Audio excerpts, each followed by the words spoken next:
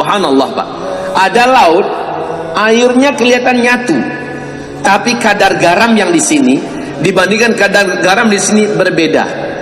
Ikan yang di sini Pak, kalau udah nyampe kemari dia akan balik lagi, seolah ada dinding kaca yang membatasi. Subhanallah. Jadi ikan sini rasanya beda dengan ikan sini rasanya beda. Kadar keasinan masing-masing ini beda.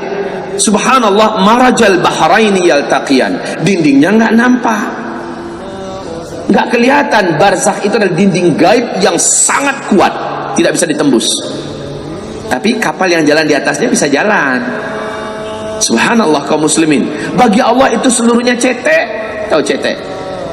Kecil, gampang, ringan bagi Allah Subhanahu wa taala. Taib. Jadi Zulkarnain diberi ilham oleh Allah bagaimana cara membuat antara dua puncak gunung. Subhanallah. Kaum muslimin, ini gunung.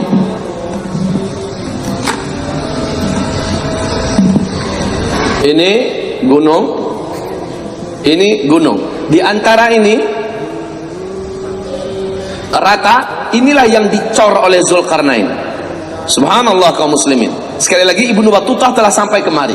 Ibnu Battutah bercerita apa yang mereka temukan, apa yang mereka lihat, dan apa rekomendasi dari penduduk setempat. Bahkan penduduk setempat mengatakan jangan pernah pergi ke situ. Semacam ada hawa kematian kalau mendekat ke sana Pak. Merinding seluruh bulu roma. Saya pernah mendengar dari Ustadz anak kandungnya Abu Bakar Al-Ba'asyir, Ustadz Abdul Rahim. Beliau mengatakan beliau pernah mendekati tempat itu. Memang beliau mengatakan semacam ada hawa negatif yang sangat tidak nyaman. Tidak ada penduduk yang berani mendekati tempat ini Pak. Taib. Dan ini ada janji dari Allah bahwa ada masanya nanti akan keluar, akan lepas, akan runtuh. Ketika ini runtuh, maka mereka pun meluncur seperti sarang semut yang diganggu, keluar semutnya kemudian merata kemana-mana. Kita lanjutkan firman Allah. Lanjutkan terjemahnya.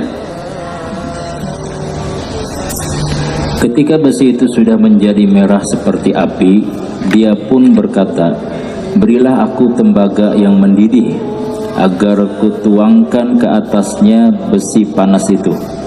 Maka mereka Ya'juj dan Ma'juj tidak dapat mendakinya dan tidak dapat pula melubanginya. Nah, kaum muslimin yang kami muliakan, dinding ini wahai hamba-hamba Allah yang kami muliakan, dimulai dengan nama Allah, dimulai dengan zikir, dimulai dengan doa oleh Zulkarnain beserta bala tentaranya. Maka sejak itu didoakan, sejak itu dinding ini bukan hanya dinding biasa, tapi dinding berlapis kekuatan zikir dan doa. Tidak ada yang mampu, tidak ada yang mampu menjebol dinding ini. Kata Rasulullah sallallahu alaihi wasallam, nanti kita bacakan hadisnya, bahwa setiap kali Ya'juj Ma'juj berhasil melobangi dengan kerja keras yang dahsyat sebesar ini, kata Rasul, sebesar ini, setiap kali dia berhasil melobangi sebesar ini, hari pun sudah malam. Kata pemimpinnya, balik lagi, besok kita lanjutkan. Dalam satu malam itu Allah telah kembalikan utuh dinding ini. Besok mereka lihat lagi, sudah ketutup lagi. Semangat mereka nggak pernah patah, tidak pernah padam, ulang balik sampai tenggelam matahari, hari gelap, mereka sudah berhasil melobang lagi kecil. Tapi tidak pernah, besoknya balik lagi. Seperti itulah hari-hari mereka Pak. Luar biasa gigih ini manusia, Ya'juj dan Ma'juj. Terus Dia Zulkarnain berkata, dinding ini adalah rahmat dari Tuhanku. Maka apabila janji Tuhanku Zulkarnain sudah sombong seperti Sulaiman ketika mampu mendatangkan singgasananya Balqis. Terkenal singgasana itu Pak, singgasana yang besar, berat, mewah, bertahtakan dan berlapiskan emas, permata dan luar biasa. Enggak ada orang di bumi yang sanggup buat singgasana seindah Balqis punya. Tapi Sulaiman menawarkan, buat sayembara, siapa di antara kalian yang mampu mendatangkan secepat mungkin istananya Balqis kemari? Jin Ifrit, terkenal dengan jin terkuat dari bangsa jin, berkata, saya mampu sebelum engkau berdiri tempatmu, dia sudah nyampe sini. Seorang wali Allah berkata, insya Allah sebelum engkau memejamkan kelopak matamu sudah nyampe kemari. Kalah kemampuan jin Ifrit. Bismillah, silakan, langsung sampai di tempat. Dan ini adalah karamah yang sempurna dari seorang wali Allah Subhanahu wa taala. Setelah nyampe, dilihat oleh Sulaiman, Masya Allah, ini singgasana, Masya Allah. Langsung sujud syukur Sulaiman, dan dia tidaklah menyombongkan diri. Sulaiman berkata, hadza min fadli rabbi, ini hanyalah dari karunia Allah untukku. Zulkarnain juga begitu. Setelah membuat prestasi yang sampai hari kiamat gak akan ada yang bisa buat coran dari besi setinggi ini, Pak. Coran dari besi setinggi ini, tantang Amerika, sanggup nggak? Kumpulkan semua negara besar di dunia, buat dari satu gunung ke gunung, dibuat coran besi, sanggup nggak? Berapa biaya yang harus dihabiskan itu? Dan Zulkarnain telah melakukannya. Makanya beliau mengatakan, hadza, ini adalah rahmat dari Rabbku. Dia tidak sombong. Sesuatu yang dibangun di atas kerendahan hati, ketawaduan, maka dia akan dilanggengkan oleh Allah Subhanahu wa taala. Bandingkan dengan sesuatu yang dibangun di atas kesombongan dan keangkuhan, Allah akan hancurkan dia dengan sangat cepat. Terus, maka apabila janji Tuhanku sudah datang, dia akan menghancur luluhkannya, dan janji Tuhanku itu benar. ya, baik. Dan pada hari itu kami biarkan mereka Ya'juj dan Ma'juj berbaur antara satu dengan yang lain. Ya, Dan apabila sangkala ditiup lagi, akan kami kumpulkan mereka semuanya. kaum muslimin, tahukah Bapak Ibu berapa jumlah Ya'juj dan Ma'juj? Berapa jumlahnya? Jumlah Ya'juj dan Ma'juj silahkan buka di kitab Ensiklopedia Akhir Zaman halaman 953. Lihat di situ ada hadis sahih halaman 953 dari kitab kita. Subhanallah, Bapak akan tercengang. Jumlah mereka tidak main-main. Adam dipanggil oleh Allah, Adam, kumpulkan anak cucumu yang akan masuk ke neraka. Jumlah mereka dalam setiap 1000 manusia, 999-nya adalah ahli neraka. Dan Nabi mengatakan yang 999 ahli neraka itu adalah perbandingan jumlah Ya'juj dan Ma'juj dengan manusia. Mayoritas penduduk neraka nanti di dalam neraka adalah Ya'juj dan Ma'juj. Sampai hari ini, sampai detik ini, saya belum mampu membayangkan betapa banyak jumlah mereka. Kumpulkan manusia sejak Adam diciptakan sampai hari kiamat, bandingkan dengan jumlah Ya'juj dan Ma'juj. Ternyata jumlah Ya'juj dan Ma'juj dalam setiap 1000 manusia, 999-nya adalah mereka saat itu. Subhanallah, kaum muslimin. Sudah temu halamannya 953. Dengarkan bagaimana Rasulullah SAW menyampaikan tentang perintah Allah kepada Adam alaihi salam. Kalau dibacakan terjemahannya, bisa nggak dibacakan dengan suara laki, suara yang gagah? Siap. Ini korban tidak ini. Ngantuk, Sad. Ngantuk. Ya. Malam bergadang. Saya juga ngantuk, tapi nyaman aja. Kembali kepada pengajian pagi tadi kali ya. Perlu penambahan kekuatan. Sampai nggak sahur tadi bablas. Masya Allah. Silakan dibaca. Munculnya Ya'juj dan Ma'juj dianggap sebagai salah satu tanda besar hari kiamat. Kan itu yang hadis dari Abu Sa'id Al-Khudri. Lihat terjemahannya di halaman 954. Allah Azza wa Jalla, Allah Azza wa Jalla berkalam pada hari kiamat. Wahai Adam, dia berkata, kupenuhi panggilanmu dengan kerelaan hati. Wahai Rabb kami. Lantas dia dipanggil dengan suara keras. Sesungguhnya Allah memerintahkan kamu untuk mengeluarkan dari anak keturunanmu satu pasukan ke neraka. ini sebentar.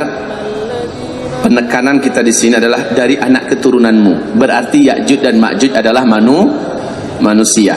Bukan seperti penggambaran kaum barat di sana. Mereka mengatakan Ya'juj Ma'juj adalah sejenis monster di bawah tanah yang nanti akan muncul dalam bentuk yang macam-macam, menakutkan, mengerikan. Enggak.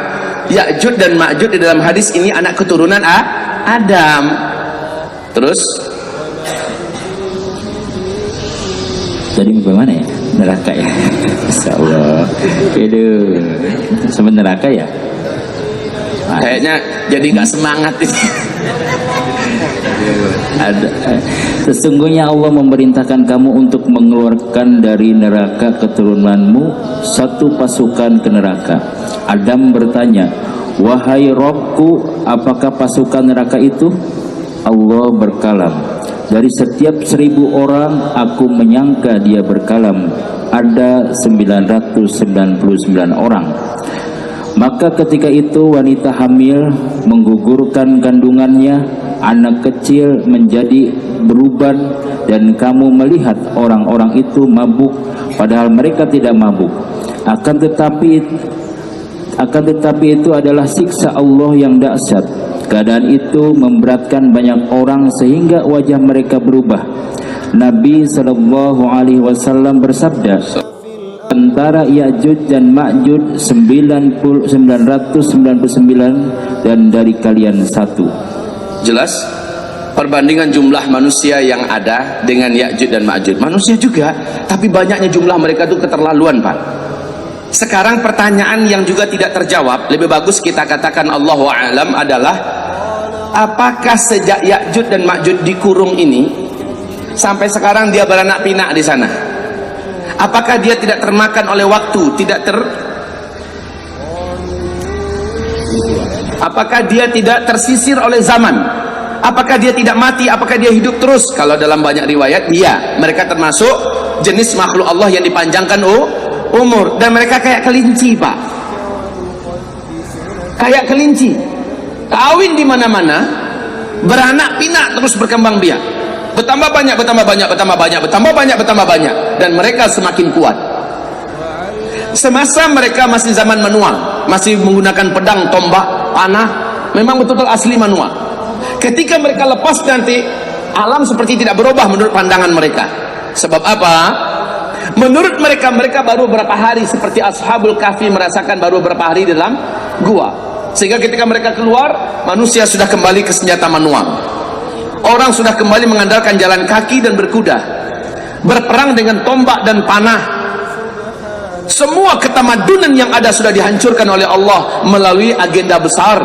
Meteor menghantam bumi, dukhan menyelimuti bumi, peperangan, penghancuran. Sehingga ketika Ya'juj Ma'juj lepas keluar, dia menganggap tidak ada yang berubah. Ya, terus ibarat Allah yang kami muliakan, sebentar. Rasulullah mengatakan bahwa sesungguhnya mayoritas penduduk neraka itu diisi oleh Ya'juj dan Ma'juj. Luar biasa banyak, Pak. Kita sekarang ada berapa miliar penduduk manusia di bumi ini? 7 miliar lebih kurang. Gabungkan dari sejak Nabi Adam diciptakan sampai nanti hari kiamat, sudahlah digabungkan begitu, Rasul tetap mengatakan mayoritas penduduk neraka adalah Ya'juj dan Ma'juj. Bapak bisa bayangkan enggak? Manusia macam apa sebenarnya mereka ini? Banyaknya jumlah mereka, brutalnya mereka, jahatnya mereka. Yuk kita lihat di kitab Zikir Akhir Zaman, halaman 375. Halaman 375. Silakan dibaca. Allah memberitahukan kepada Isa dengan firman-Nya. Ini hadis sahih Muslim, ya. Silakan. Allah memberitahukan kepada Isa dengan firman-Nya.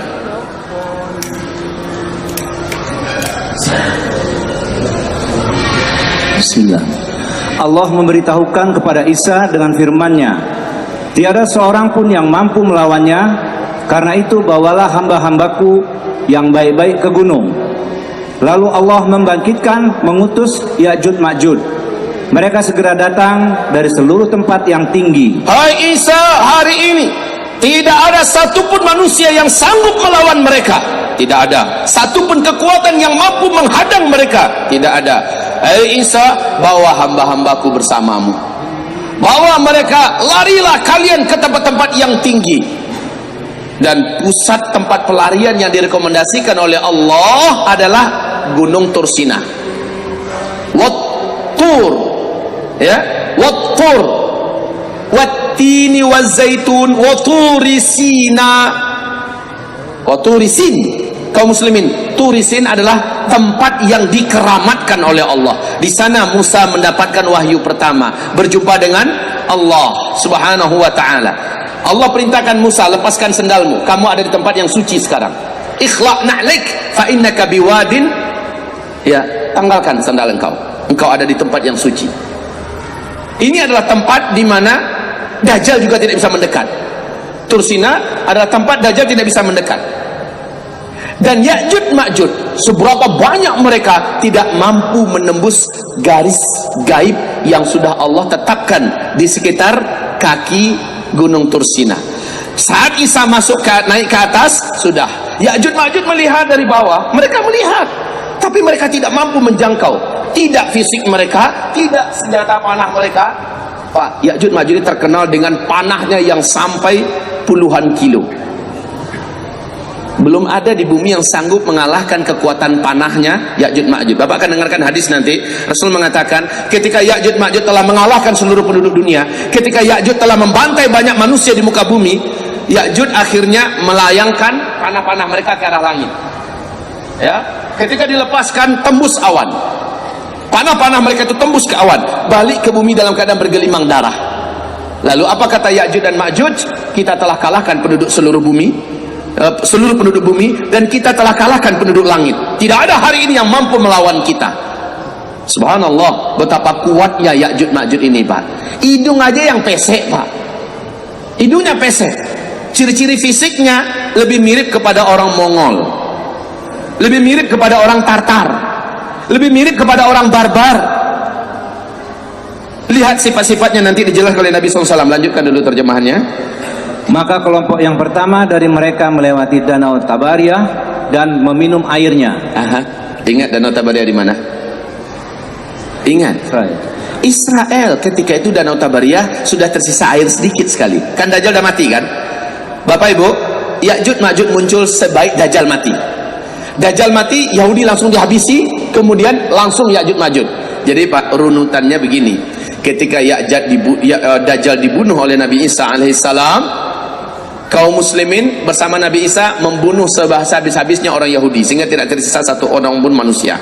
Setelah itu salib dihancurkan, manusia berbondong-bondong masuk Islam. Tidak ada satu agama pun ke Islam saja.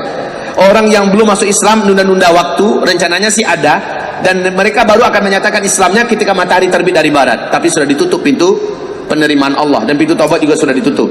Kaum muslimin, saat itu kaum muslimin sudah aman dan nyaman. Mereka mulai pulang ke kampung-kampung mereka sendiri. Ada yang pulang ke Irak, ada yang pulang ke Yaman, ada yang pulang, pokoknya sudah kembali. Ada yang pergi ke Hijaz, ada yang pergi ke Najd. Masing-masing kembali ke kampung halaman mereka. Kata Rasulullah, di tengah jalan mereka dikagetkan dengan kepungan Ya'jud dan Ma'jud. Berarti langsung nyambung tuh, Pak. Di tengah jalan langsung dikepung. Mereka mencoba lari menyelamatkan diri, bergabung kembali. Tapi sebagian mereka tidak mampu, lalu mereka mencari tempat berlindung sendiri-sendiri. Dalam keadaan itu banyak yang meninggal, para orang-orang yang beriman. Ya, enggak kelawan, gimana mau melawan? Dan itulah syahid yang terakhir. Siapapun yang didapatkan oleh Ya'jud Ma'jud, itulah syahid yang terakhir. Mencoba melawan yang enggak kelawan, Pak, ngadapin makhluk atau manusia, hobi perang, cinta darah, tidak ada kasih sayang, dan paling brutal cara perangnya, tidak terkalahkan. Baik, lanjut.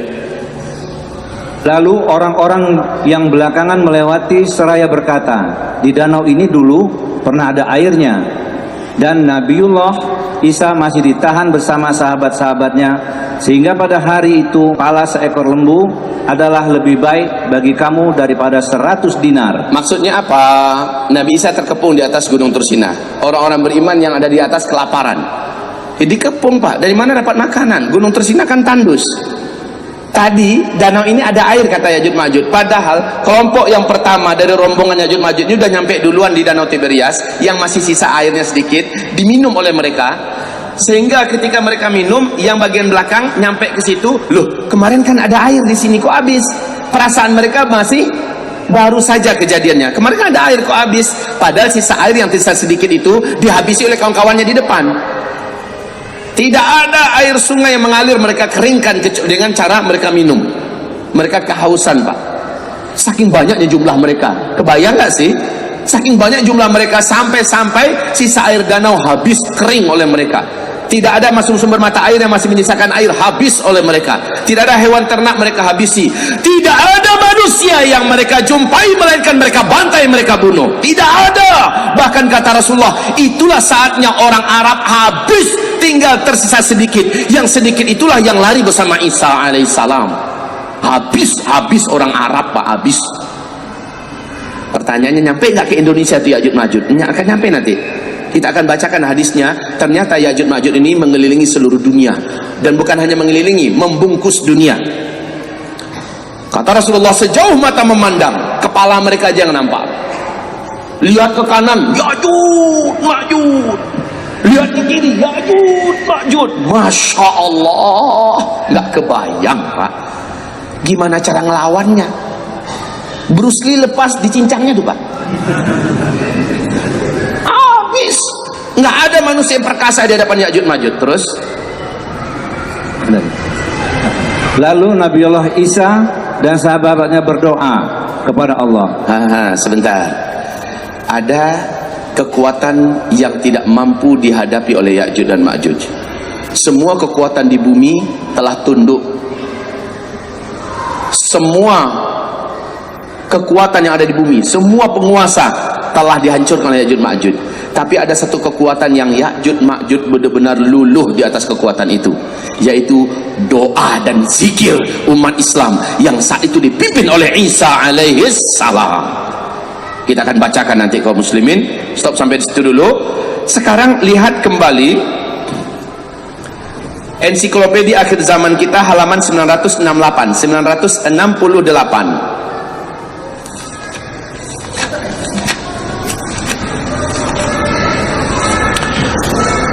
Masya Allah, ini suatu penuturan yang gamblang dari Rasulullah Sallallahu Alaihi Wasallam, di mana Rasul mengatakan Ya'juj Ma'juj itu membungkus seluruh bumi. Ini hadisnya, Pak. Faya'ummunal arda. Ya'juj Ma'juj nyampe ke Indonesia. Kalau dia bertanya, nyampe nggak ke Indonesia, Pak? Lihat mana?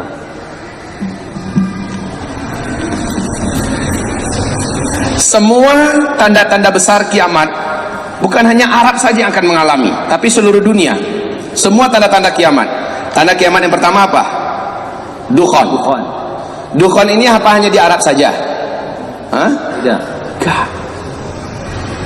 Tapi seluruh dunia terbungkus oleh dukhon. Sampai kutub utara, kutub selatan terbungkus oleh dukhon. Bumi gelap 40 hari 40 malam. Yang namanya tanda besar, seluruh dunia ikut merasakannya. Yang kedua, munculnya Dajjal. Kata Rasulullah, seluruh negeri-negeri satu bumi akan didatangi oleh Dajjal. Tidak ada bumi yang tersisa. Seluruh kota-kota akan didatangi oleh Dajjal. Bahkan kemah-kemah yang ada di Gurun Sahara, Dajjal nyampe ke situ. Masya Allah. Hah? Tanda besar kiamat yang kedua. Yang ketiga apa? Isa alaihissalam turun. Nah, risalah tentang Isa menyebabkan seluruh dunia lepas dari cengkraman Dajjal, dan seluruh Nasrani satu bumi masuk Islam. Subhanallah. Paham apa? Babi satu bumi dihabisi. Seluruh pajak dan upeti yang diterapkan di berbagai negara dihilangkan sama sekali oleh Isa alaihissalam. Satu bumi merasakannya. Yang keempat, ketika Ya'juj Ma'juj lepas, ini hadisnya.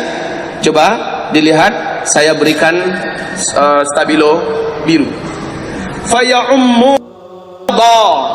Lalu Ya'juj Ma'juj itu ketika mereka lepas dari kurungannya, ya'ummunal arda, mereka segera membungkus bumi ini dengan jumlah mereka yang banyak. Satu bumi, Pak, berarti Ya'juj Ma'juj nyampe kemari, nyampe ke Sentul, nyampe kota Payakumbuh, sampai. Ya Allah, di dalam Al-Quran Allah menyebutkan mereka meluncur dari seluruh tempat-tempat yang tinggi, dan ini tidak bisa ditafsirkan dengan tafsiran apapun kecuali secara fisik, tafsiran zahir.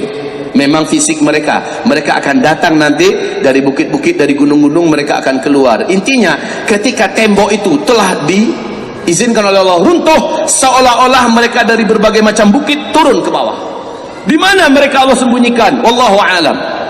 Sekarang ini di mana peta mereka? Wallahu a'lam. Kalau Bapak bertanya kepada saya, Ustaz, sekarang di mana mereka? Temboknya udah ketemu sekarang, Pak. Ya, di mana tadi?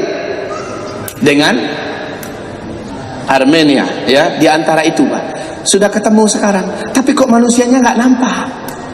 Tapi ketika tembok itu runtuh dan tembok itu jatuh rata dengan tanah, kata Rasulullah, tiba dari berbagai dataran tinggi mereka meluncur ke bawah. Seperti orang-orang yang memang sudah lama ingin bebas, ketika mereka bebas mereka langsung meluncur. Anehnya bukan hanya di Azerbaijan saja, bukan hanya di Siberia saja, bukan hanya di Rusia, di Cina saja mereka meluncur. Dari Arab, dari bukit-bukit yang tinggi mereka juga meluncur. Pertanyaannya, dari mana mereka Allah hadirkan? Mereka telah digaibkan oleh Allah Subhanahu wa taala dan ketika mereka keluar, pokoknya mereka tahu mereka langsung meluncur ke daerah yang rendah. Disitulah mereka menghabisi siapapun manusia yang mereka temukan. Cuman sekali lagi, pastinya mereka meluncur juga enggak dari gunung di Indonesia, Gunung Merapi, Gunung Singgalang, kan ada gunung-gunung yang di Sumatera Barat, Gunung Kerinci. Dari itu kan mereka turun ke bawah. Di mana mereka Allah sembunyikan selama ini? Tidak terjawab. Jawaban yang paling pantas adalah la adri wallahu a'lam. Aku tak tahu, Allah yang lebih tahu. Pokoknya di ayat jelas sekali Allah berfirman tadi, mereka meluncur dari seluruh tempat-tempat yang tinggi. Wahum min kulli hadabin yansilun, surat Al-Anbiya ayat 96. Wahum min kulli hadabin yansilun, mereka dari seluruh tempat-tempat yang tinggi berlari ke bawah dan menyelimuti 2 bungkus bukit itu. Kayak nggak habis-habis, Pak. Terus mereka keluar. Dari mana sih mereka sebelumnya? Khalas, jangan ditanya lagi. Terus kaum muslimin yang kami muliakan, lanjutkan. Bukan tadi. Oh enggak, di kitab tebal, di kitab ensiklopedia akhir zaman, coba baca, Ya'jud dan Ma'jud akan dibukakan pintu. Ya'jud dan Ma'jud akan dibukakan pintu, lantas mereka keluar sebagaimana kalam Allah Ta'ala. Dan dari tiap-tiap tempat yang tinggi mereka turun dengan cepat. Mereka turun dengan cepat. Dari tempat-tempat yang tinggi mereka turun dengan cepat. Syekh Imran Hussein, beliau mengatakan maksudnya nanti adalah dengan teknologi tinggi, dengan pesawat-pesawat yang sangat banyak mereka meluncur. Enggak, kaum muslimin. Makanya dengan tanpa mengurangi rasa hormat kita kepada Syekh Imran Hussein sebagai guru yang paling senior tentang masalah bedah akhir zaman, beliau sangat berani mentakwil-takwilkan ayat dan hadis kepada makna seperti Dajjal itu bukan sosok tetapi dia adalah sistem, kan begitu kan? Matahari terbit dari sebelah barat itu maksudnya bukan fisik matahari ini, tetapi yang dimaksud adalah Islam bangkit nanti dari Eropa dan Amerika. Begitu beliau mentakwil-takwilkan kaum muslimin. Padahal ada hadis yang sahih yang menyebutkan fisik matahari yang nanti akan muncul. Ada hadis yang sahih tentang menyebutkan ciri-ciri fisik Dajjal, bagaimana dia lari, bagaimana dia dibunuh oleh Isa dan sebagainya. Baik. Selanjutnya kaum muslimin, sekarang ada beberapa poin yang perlu kita perhatikan. 1, Zulkarnain membangun benteng itu dengan zikir dan doa, menjadikan benteng itu kuat. Menjadikan benteng itu kuat. Baca nanti dalam kitab sejarah Zulkarnain ini bagaimana zikir apa yang dibacakannya. Ketika dia memulai, dia pasti mulai dengan Bismillahirrahmanirrahim. Sepanjang dia mengerjakan pengerjaannya, dia langsung berzikir dan dia ajak semua orang berzikir. Bapak kalau bangun rumah, bangun masjid atau perang sekalipun, maka jangan sepi lidahnya dari zikir. Berdoalah dan berdoalah, dan dengan kekuatan itu Allah jadikan benteng tersebut terselimuti oleh benteng gaib dari Allah yang melindungi manusia dari kejahatan Ya'jud dan Ma'jud. Yang kedua, Ya'jud Ma'jud nanti akan menghancurkan benteng ini juga dengan zikir. Mereka akan menghancurkan benteng dengan zikir. Aneh nggak Pak? Coba lihat halaman di kitab zikir akhir zaman, halaman 380. Ada hadis sahih yang hadis ini dinyatakan kesahihannya dalam silsilah al-hadis as-sahihah oleh Syekh Albani. Baca hadis nomor halaman 380.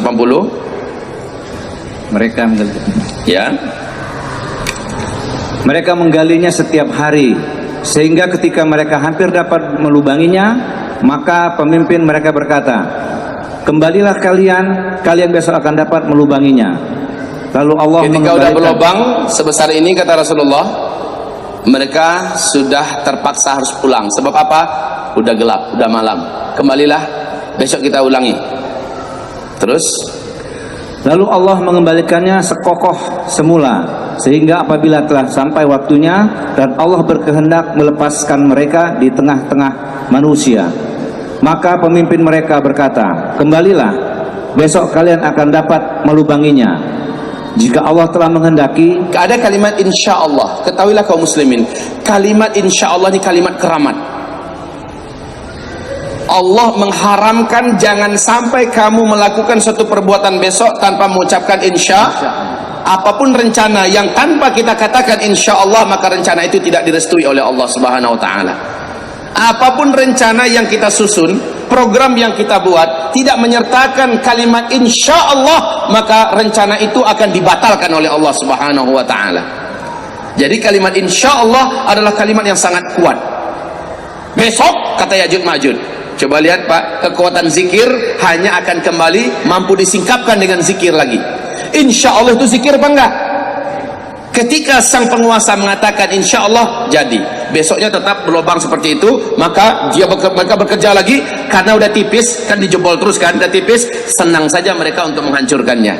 Persis seperti Ghulam yang sang raja berkata, gimana cara saya bisa menghabisi kamu? Ghulam ini berkata, kamu tidak akan bisa bunuh saya kecuali dengan beberapa syarat. Apa syaratnya? Kumpulkan seluruh rakyatmu di alun-alun. Yang kedua, nanti ikatkan saya di batang atau pohon kurma. Yang ketiga, kamu langsung yang melepaskan anak panah ke saya. Masih ingat kisah ini? Kamu langsung yang melepaskan anak panah ke saya. Kisah ini didapatkan di dalam surat Al-Buruj. Ya, kaum muslimin, setelah itu kamu yang lepaskan panah, dan di hadapan orang banyak kamu teriakkan kalimat dengan nama Allah, Rabbnya si fulan. Kamu lepaskan panah itu. Panah itu kena saya dan saya akan terbunuh. Jika tidak, kamu tidak akan bisa membunuh saya. Lihat Pak, ketika disertai zikir, maka dia mendapatkan kekuatan. Ghulam ini berusaha dibunuh oleh sang raja, dikirim ke tengah laut, diikat seluruh tubuhnya dengan rantai besi berat, ya, kemudian sehingga tidak bisa berkutik. Setelah itu sampai di tengah laut mau ditenggelamkan, si Ghulam berdoa dengan satu doa singkat. Doa ini bisa dibaca Pak, di dalam kitab ini ada dijelaskan dengan sangat jelas bahwa siapa yang berdoa dengan doa ini ketika dia pasti terancam kematian, maka dia baca doanya adalah Allahumma kfinihim bima syi'ta. Ya Allah, selamatkan aku dari kejahatan mereka dengan caramu. Doa si pemuda ini, Ghulam ini hanya begitu saja, Allahumma kfinihim bima syi'ta. Pemuda ini, Ghulam ini membaca itu. Kemudian yang terjadi apa Pak? Yang terjadi adalah Allah goncang perahu itu, Allah datangkan ombak besar, mereka jatuh seluruhnya. Si Ghulam Allah selamatkan sampai dia kembali ke istana. Terbelalaklah bola kedua bola mata sang raja melihat dia kembali selamat, sementara yang mengantarkan untuk kematiannya yang mati. Kemudian dibagi lagi hulu-hulu balang yang jago-jago, diikat kedua kakinya, diikat kedua tangannya, kemudian dia pun diusung menuju ke atas gunung yang tinggi untuk dijatuhkan. Sekali lagi di atas puncak gunung, si Ghulam berdoa lagi dengan doa itu. Baca kembali doanya. Awas, kita akan masuki akhir zaman. Doa ini penting Pak. Apa doanya? Mulai Pak. Bukan, baca doanya yang tadi kita sudah bacakan. Doanya si Ghulam, Allahumma kfinihim bima syi'ta. Baca sama-sama, Allahumma ikfinihim bima syi'ta. Pendek, sangat singkat. Ya Allah, selamatkan aku dari kejahatan mereka dengan caramu. Terserah bagaimana caramu, selamatkan aku dari mereka. Ini udah di hadapan kematian Pak. Dia berdoa Allahumma kfinihim bima syi'ta. Dia serahkan dirinya, dia serahkan hidupnya, dia serahkan segala-galanya. Nol pada dirinya, tawakal habis kepada Allah. Saat itu pertolongan Allah turun. Ini kekuatan tawakal. Ini kekuatan tawakal. Wa may yatawakkal 'ala Allahi fahuwa hasbuh. Innallaha balighu amri. Siapa yang sudah menyerahkan kepada Allah, Allah yang akan sambut. Lalu Allah yang menyelesaikan di belakangnya. Kamu tenang, kamu sudah sampai ke pangkuan saya, kamu sudah sampai ke haribaan saya, yang lain saya yang selesaikan. Masya Allah. Musa laut merah di depan, Firaun di belakang. pedang dan tombak sudah nampak mengkilau-kilau untuk mencincang membantai mereka. Kemana nak lari? Bani Israel mulai gelisah, tapi Musa berkata, jangan khawatir, Allah tak akan meninggalkan kita. Hei Musa, ketuk dengan ujung tongkatmu laut ini, maka terbelahlah laut itu. Mereka menyeberang, Firaun menyusul, mampus mereka semuanya tenggelam. Kaum muslimin lihat, di puncak tawakal Allah berikan pertolongan. Ghulam ini juga di puncak tawakal. Ibrahim ketika dia diikat di atas unggunan kayu api yang dibakar, Ibrahim ada di atas. Puncak tawakal terjadi. Ibrahim menyerahkan segala-galanya. Datang pertolongan Allah Subhanahu wa taala. Ya nar kuni bardan wa salama. Hai api, dinginlah engkau. Selamatkan Ibrahim. Ketika api kayu bakarnya habis semua, orang-orang yakin Ibrahim bahkan debunya pun gak akan bisa ketemu, debu mayatnya. Tapi tiba-tiba Ibrahim keluar kayak baru keluar dari salon, Pak. Wajahnya bersih, pakaiannya rapi, malah tambah ganteng dari sebelumnya. Inilah dia kalau Allah yang sudah campur tangan. Semua hal yang ajaib akan Allah wujudkan, Pak. Makanya nolkan diri, nolkan senol-nolnya. Anggap kita ini bukan siapa-siapa, bukan apa-apa. Serahkan bulat-bulat kepada Allah, maka yang Maha Ahad tampil di depan. Nolkan harta kita, nolkan kekuatan kita, nolkan apapun pangkat jabatan kita, nolkan seluruhnya, kecerdasan kita, kepintaran kita, keperkasaan kita, nolkan seluruhnya, serahkan pada Allah, maka yang Maha Ahad tampil di depan. Kalau yang Maha Ahad tampil di depan, 00 di belakang tadi itu menjadi harga enggak? Berharga, Pak. Angka 1 di depan adalah Ahadun Ahad, Allah di depan. Maka ini nolkan siapa kita, nolkan jabatan kita, nolkan harta kita, nolkan kekuatan kita, nolkan kecerdasan kita, nolkan kekuatan kita, apapun yang kita miliki, nolkan seluruhnya, serahkan pada Allah. Tampillah Allah yang Maha Ahad di depan. Ketika Allah tampil, semua ini akhirnya menentukan seberapa banyak tawakalan kita kepada Allah Subhanahu wa taala. Jangan pernah saya ahli kungfu, nanti saya akan sanggup melawan mereka. Kalau udah macam gitu, Pak, kita akan ditinggalkan Allah. Saya jenderal, bala tentara saya banyak, kita akan ditinggalkan Allah. Saya harta saya banyak, dengan apapun saya dibuat sekarang, kita akan ditinggalkan Allah Subhanahu wa taala. Tapi serahkan bulat-bulat kepada Allah Subhanahu wa taala. Terjadi. Allah makfinihi bima syi'ta. Ya Allah, cukupkan aku dengan caramu, selamatkan aku dengan caramu. Sayyidah Zainab Al-Ghazali punya kisah yang menarik ketika beliau di penjara Mesir. Dia difitnah, Pak. Beliau adalah salah seorang aktivis Ikhwanul Muslimin saat itu, ustazah yang legendaris. Beliau dimasukkan ke penjara, berbagai macam siksaan dialaminya dengan sedahsyat-dahsyatnya siksaan. Pada kesimpulan terakhir, dia dieksekusi dengan cara yang menjijik. Bapak tahu caranya? Ustazah Sayyidah Zainab Al-Ghazali ini dalam keadaan kakinya dirantai, dia terduduk di sudut penjara, tangannya juga dirantai. 3 ekor anjing hitam, anjing helder yang dilaparkan selama 1 minggu, dilepaskan setelah diminyaki dia dengan bau minyak yang sangat merangsang untuk anjing. Rencananya dia akan jadi umpan untuk anjing. Subhanallah. Opsir penjara ini, kaum muslimin yang kami muliakan, masukkan 3 ekor anjing itu, dan mereka kira-kira setengah jam atau 20 menitan habis dah, tinggal tulang belulang saja lagi. Ini perkiraan mereka. Saat dibuka setengah jam kemudian, mereka terbelalak. 3 ekor anjing itu, 1 di samping kanan, 1 di depan, 1 di samping kiri, sambil goyang-goyangkan ekornya kayak menjaga tuannya. Ustazah Sayyidah Zainab Al-Ghazali aman, tidak ada yang luka sedikit pun, kayak dijaga malah oleh 3 ekor anjing. Lihat bagaimana Allah Subhanahu wa taala menyelamatkan orang yang sudah menitipkan jiwa raganya kepada Allah Subhanahu wa taala. Kaum muslimin hamba-hamba Allah kami muliakan, terus bacakan. Allah berkata besok kembali, besok kalian akan dapat melubanginya jika Allah telah menghendaki. Lalu mereka kembali lagi, sedang dinding itu dalam keadaan seperti waktu mereka meninggalkannya dulu. Lalu mereka Ya'juj Ma'juj melubanginya dan keluar ke tengah-tengah manusia, lantas minum air, dan orang-orang berlari dari mereka. Siapkan halaman 383. Kita lihat Fir'aun baru telah lahir di muka bumi, dan itu dalam bentuk kekuatan yang global, Ya'juj dan Ma'juj. Kalau Fir'aun lama, ingatkah Bapak Ibu bagaimana Fir'aun lama melumpuhkan Musa dan Harun serta Bani Israel? Fir'aun lama telah pernah juga menembakkan panah ke arah langit, ya kan? Lalu setan melumuri ujung panah itu dengan darah, sehingga manusia menyangka Fir'aun telah membunuh Tuhan yang di langit. Aku telah bunuh Tuhan yang di langit. Perangai Fir'aun ini diulangi oleh Ya'juj dan Ma'juj.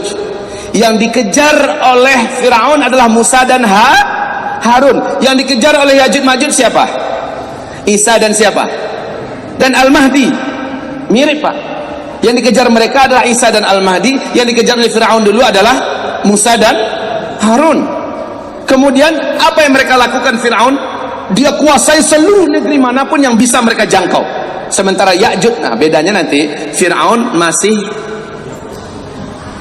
terbatas kekuasaannya. Fir'aun di zaman Nabi Musa dulu. Ya'juj Ma'juj seluruh muka bumi. Sama dengan khilafah Islamiyah. Kan ada 5 fase sejarah. Ada fase kenabian, ada fase khilafah Rasyidin, ada fase khilafah dengan sistem kerajaan. Ini adalah fase kita, fase tidak ada khilafah, dan ini kembali tegak khilafah. Nah, kaum muslimin, khilafah di masa ini baru 2/3 bumi dikuasai. Rasul mengatakan khilafah terakhir nanti ta'ummul arda. Satu bumi ini dikuasai penuh 100% oleh khilafah Islamiyah. Ini perbedaan khilafah yang terakhir nanti, Pak. Khilafah yang terakhir satu bumi. Sama dengan Fir'aun zaman dulu, hanya wilayah-wilayah terdekat dengan kerajaannya saja yang dikuasainya, dan manusia dihinakannya. Sementara nanti Ya'juj Ma'juj sebagai Fir'aun akhir zaman, satu bumi ini akan dikuasainya, dan penduduk langit akan diperanginya dengan cara melepaskan anak-anak panah. Taib. Selanjutnya, hamba-hamba Allah yang kami muliakan,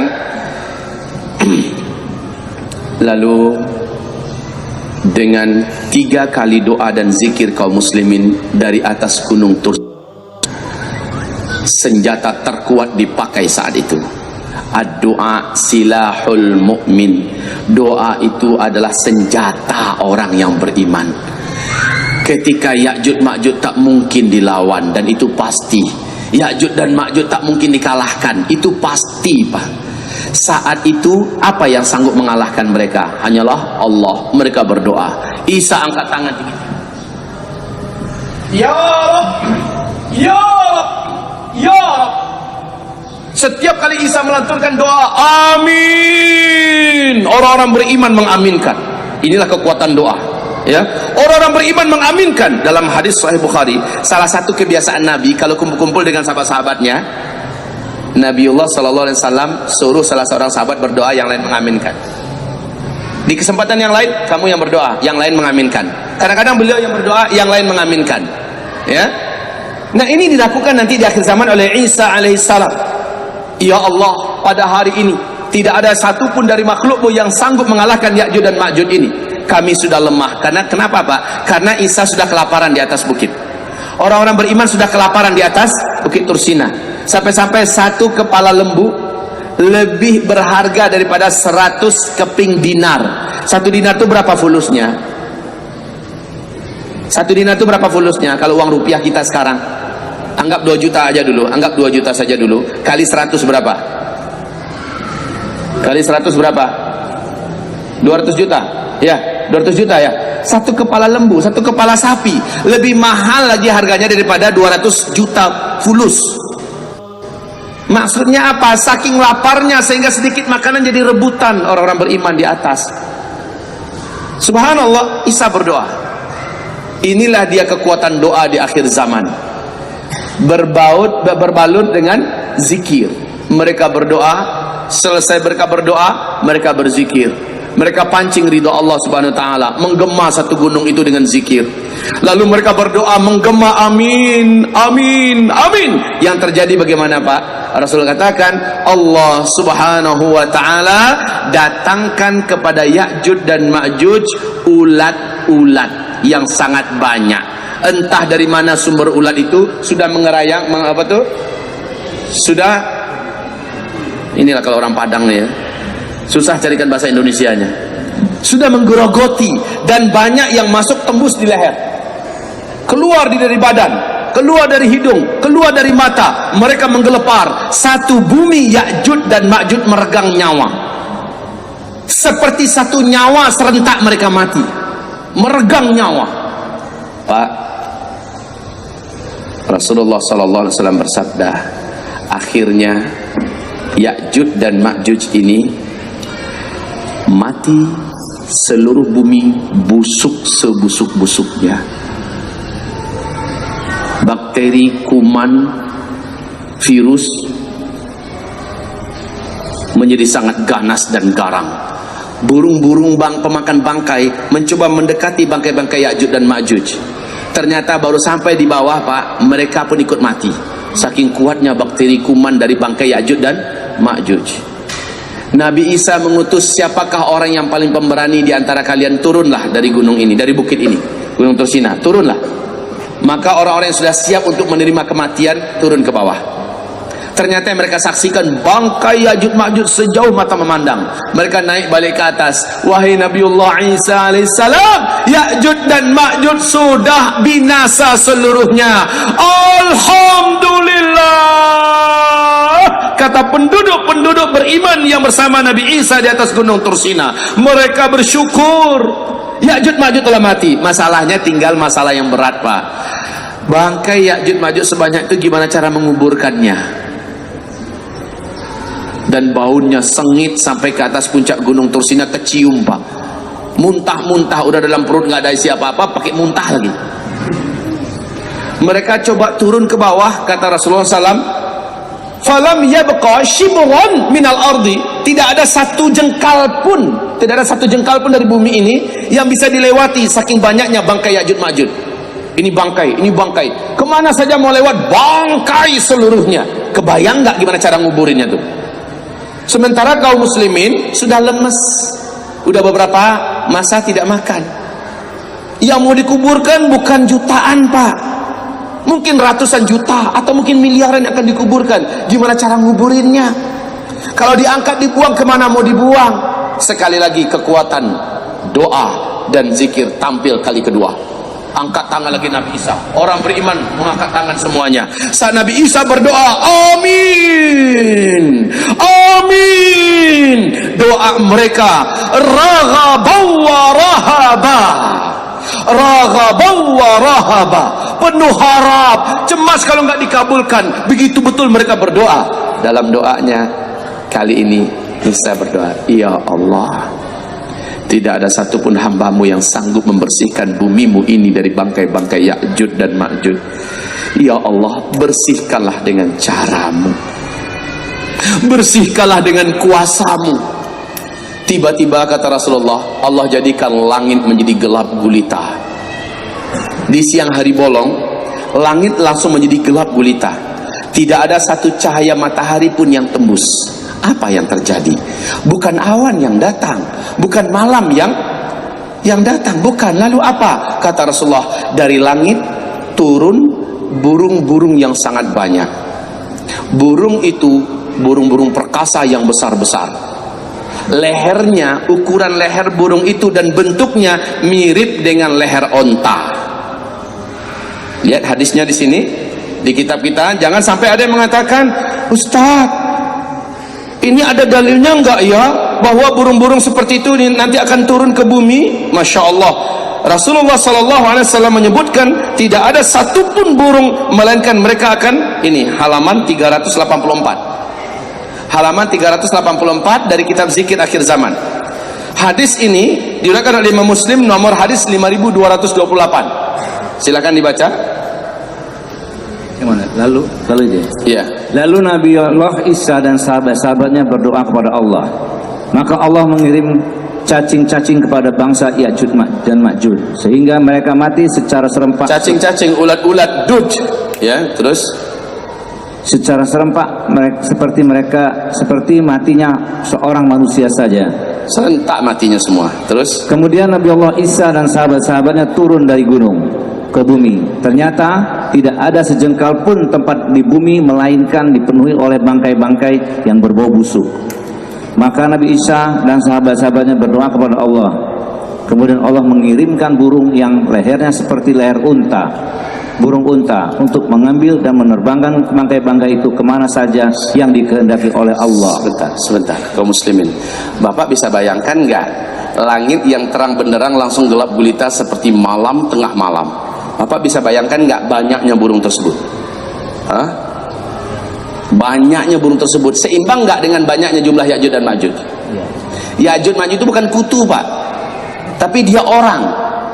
Lah kalau burung hanya level burung merpati yang mau ngangkat, gimana mau diangkat tuh mayat? Makanya burungnya seimbang. Burungnya gede pula turun ke bawah. Lehernya besar, leher dan bentuk lehernya mirip dengan leher on. Ini hadis sahih Muslim loh, ya. Kemudian satu ekor burung ambil satu bangkai Ya'juj Ma'juj, dibawa terbang. Kemanakah dibuang bangkai-bangkai yang begini banyak? Hah? Sudah saya ajarkan dulu jawabannya yang paling ilmiah. Jawabannya adalah entah. Allahu a'lam. Itu jawaban yang paling ilmiah, nggak ada pertanyaan setelah itu lagi. Dari mana burung itu datangnya? Di mana Allah sembunyikan sekarang? Jawabannya entah. Allahu a'lam. Ya, yang jelas hadisnya sahih bahwa burung ini akan datang.